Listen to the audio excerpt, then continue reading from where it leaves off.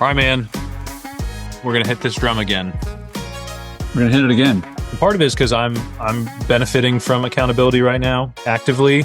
I like to think of myself as a pretty disciplined person. I think people would That's a fair characterization. Observe me. If you're in the cold plunge club, if you work out often enough, I think you can give off a vibe of like, man, that person seems like they follow through. Yeah. Even that, for the month of January, I got challenged by a friend to do 100 push-ups a day. And we found an app called Habit Share.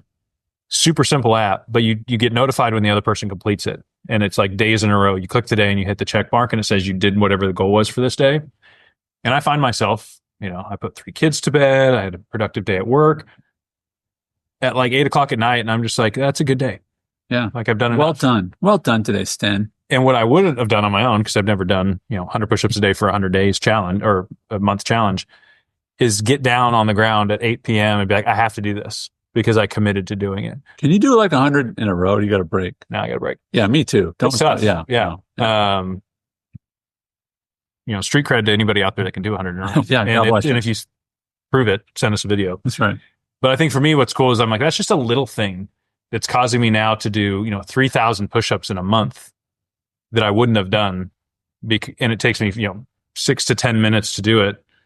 And if we all did that every day, we'd all be much healthier and live a much longer life. And so for me, as we talk about this, it was just the most practical example in my world of like, I have a lot of systems set up. I have team members like that keep me accountable.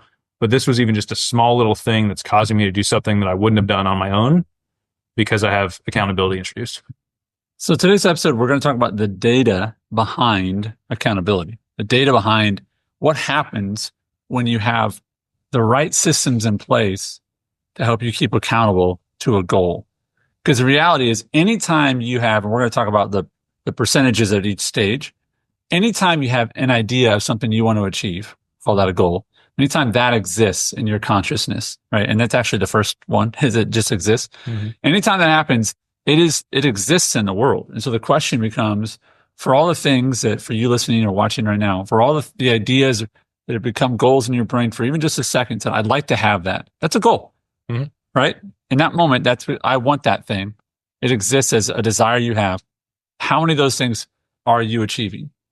And I would submit that most humans, it's very, very little. And what we want to show you is, and this is based upon a study, which we'll reference in the notes, but it talks about the different stages of accountability and connectedness to other people and how that will help you reach your goal or not. So I'm just going to give the numbers and then Sten commentary away. Okay.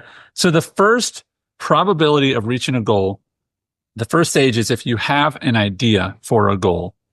If it is simply just born and that's all you do towards, is you just say, I have an idea. You have a 10% chance of actually reaching that goal if you just sort of let everything happen, happenstance after that. So does this discourage you? How many goals do you have that come in your brain that you never reach? Yeah, I wonder if I skew these numbers a little bit because I feel like I have like 10 an hour. Yeah. Whether I like it or not, or when I wake up in the middle of the night, send myself an email with a thought or an idea. So that 10% seems high to me.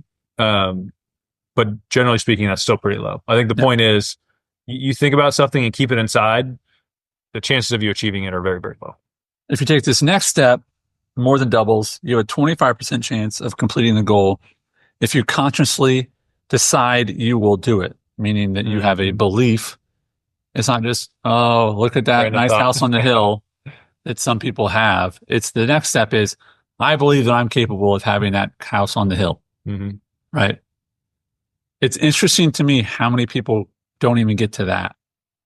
That there's something in their internal wiring that says, that can't be true of me. It's like an idea. The system is almost built like with an idea, the idea is flushed. Yes. Quickly, and maybe not many. And there's probably some wisdom in flushing certain ideas. I've learned that over the years. But the ones that can maybe pass the initial filter, one of 4 that you're like, I want to be that person. I want to do that thing.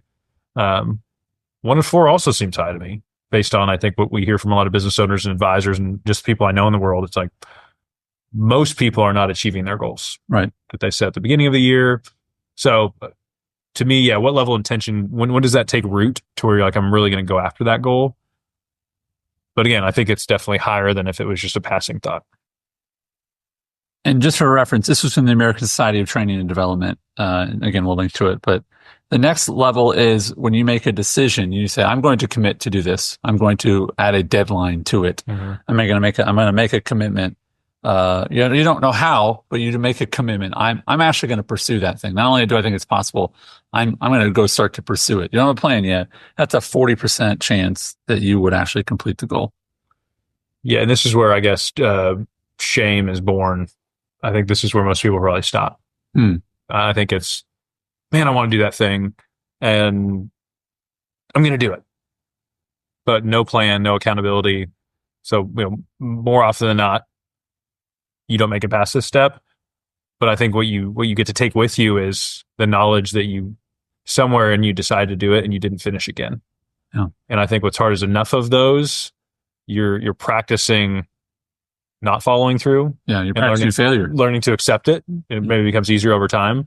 And I hate that feeling. Yeah. Hate's a strong word, but like I hate the feeling of, man, I told myself. So I betrayed myself in a way. I failed myself in following through something. What I would say is this next step, don't have any goals, get anywhere past just a flittering thought, unless you're going to go all the way to this step. Because once you get to this step, you have a 50% chance of reaching the goal. And there's lots of other circumstances to go against us. But let's just say half the time you make a goal, you're going to reach that goal, whatever it might be.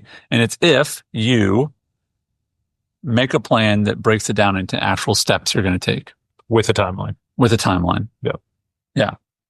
So you have, I know when I'm going to do it, and I know the first step to reaching the goal, and the next step, I broke. Now you're not probably going to know all the steps because things are going to come up.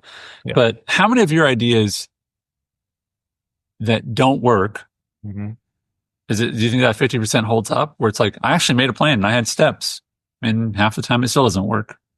Is that? I think it's fair. Yeah, I think that when I approach things, I'm realizing more and more that my capacity is limited.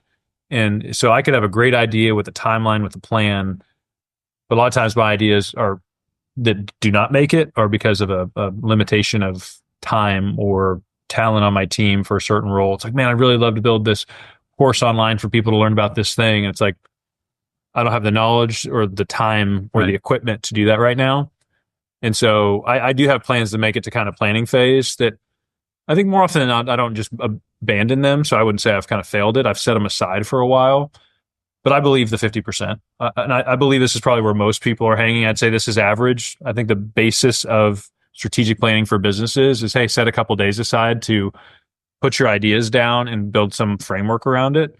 So I think a lot of the people we work with have experienced that. Yeah. It's the next two steps. Yep. That you're breaking into, okay, now you're talking elite. Now you're talking about the people in your life who are like, man, it seems like they just figured it out. And 9.5 out of 10 of them are doing one of these next two steps. The next one is you commit to someone that you will do it. You make a promise to someone outside of yourself that you are, and when I say promise, it's not just that you tell them you're going to do it, but that they are in a position of accountability. That is different than just saying I'm going to do that. As I read this, yeah. To me, that makes there's a 15% difference in like, I'm gonna have to talk to that person. I'm letting somebody else down. I've made it public. Yeah. That makes a difference. Again, that's a small 50 to 65 is great. It's really the last step to me that huge jump. If it's true, I believe it's true in my life. And we'll talk about this in a minute. Like, why is everyone not doing this last step? Yeah. I'm going to combine this one with another study from the Journal of Applied Psychology that I think if you combine these two, this is where I believe the 95% is true, which is you have a 95% probability of reaching a goal if you have a specific accountability appointment with a person that you've committed to. That's from the first study, combined with this other study that it is with someone that you respect or admire. Mm-hmm. I think that nuance it's the appointment with someone else that you respect and admire. It's not an appointment with yourself, right? It's not an appointment with just anybody. It's got to be an appointment with someone you respect or admire. And I think that getting and submitting yourself to that relationship and that timeline, it really does change it from that 65% of, I'm just going to tell someone, I'm going to tell my friend. Mm-hmm. to no, this is someone that you are going to feel like you disappointed them, because they've helped other people achieve goals, and you didn't, unless you go do the work. And also another nuance is that you commit to the process, not just the goal. When you commit to say, hey, keep me accountable to the process, that's from the Journal of Applied Psychology one. Keep me committed to the process, not just the goal. That is another factor of high probability. So I hope you're hearing, and I want to pass this off to Sten for the rest of the episode, is I hope what you're hearing us say is that all this frustration of, you're capable of more, right? I mean, the core of our company is help advisors recognize and reach their potential faster. That's who you are. That's why you listen to the show. If you have any sense of that, it's because you haven't found the right person, scheduled it with someone you respect, and that you're more focused on sometimes the goal than the process. The process will get you there, right? Good. It will get you there. Off to you, Sten. Yeah, I think that's, as you say that, I think in the past when I've outsourced accountability, it is more to like the end goal, and then I'm trying to self-manage along the way to eventually get to the point where I can satisfy that commitment to somebody else. I love the idea of, and this isn't where you meet somebody, especially somebody that's busy, that you respect, and say, I want to give you this thing. Now you need to come up with a plan to hold me accountable. I think you would go to somebody, an accountability partner, and say, can I get you to commit to texting me at 8 p.m. every day? Will you send me an email every Friday? Like, what is it going to look like to help you keep you accountable for the process? So I love that idea. For me, when it comes to the financial advisory space, I think about when I was at some bigger firms and they would post our numbers, and then you'd win a trip. Yeah. That was a version of this. Yeah. Like that was probably the 65% where it's like, hey, everybody knows. Your manager's kind of asking you what you're doing to some degree. And then there's some reward at the end. I have found, depending on the person, if you pay for something, you value it more. So if you pay for accountability, if you have a fitness coach, I think that's different than I pay for a gym membership, because I can kind of hide and not go. So you're still paying for it. That's probably better than not paying for a gym membership. But to me, it's like the formula here that almost tips the odds so much in your favor that you really can't avoid being successful. And I think that's what we're talking to you guys about, is that you need to find somebody in your life right now. A lot of advisors come to us and say, I want to pay for coaching because I need monthly accountability and I need an action plan. Like, if you said, how do I get from where I am, which is kind of confused and stuck, to like full on, that's what you do. There are versions in the middle to where you can have like a peer study group, and you can, have a good friend you have accountability from. I know some friends that use extreme accountability to where the way their mind works, they need a punishment to motivate them. Meaning, if I don't complete this thing in this period of time, I lose $10,000 I got to give to somebody. Like something so kind of dramatic that I can't help but be successful because the alternative is so painful. So whatever the system looks like for you, my guess is most people listening do not have a system. That if I got on a call with you right now and I said, break down your system of your top 2 or 3 goals and the system you're going to use to keep you accountable and to accomplish that goal. I bet most of us do not have it to that detail. So we are still in January. This will air in February. You have time. Like, you don't need to wait until December next year to do strategic planning to do this a better way. But my hope is tomorrow you identify somebody and put together a process of your top 2 most meaningful goals. And the good news is, if that mentor can also be somebody that knows what they're doing, I think the advantage of that is you get accountability, but also some knowledge with it. That is the recipe for success. And so as you hear us talk about this, it's not, hey, you can do this if you want to. The studies, and in my experience, that this is a must do.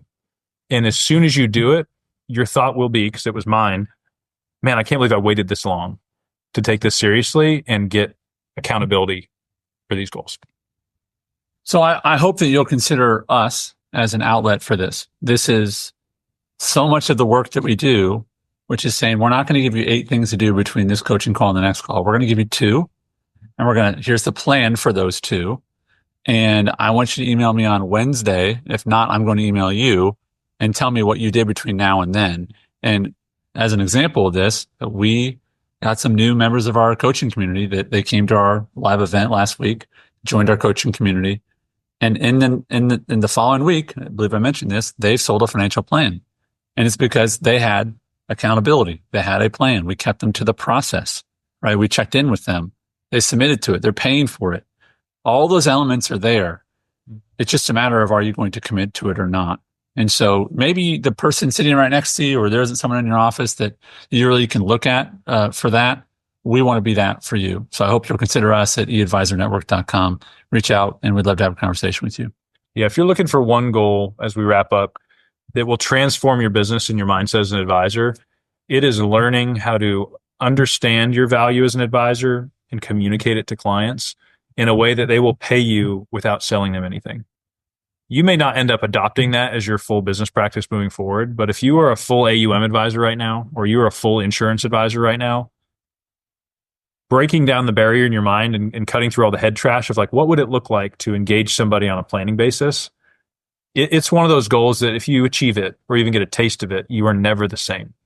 And I love goals like that. Even if it's like a physical challenge, like what do you accomplish? You're like, I don't think I can do that. But then once you do, you see yourself differently. To me, those are the big goals. Those are the big rocks. I hope you have some goal of that size this year. And if we can help, let us know. Thanks, Sten. Thanks, bud.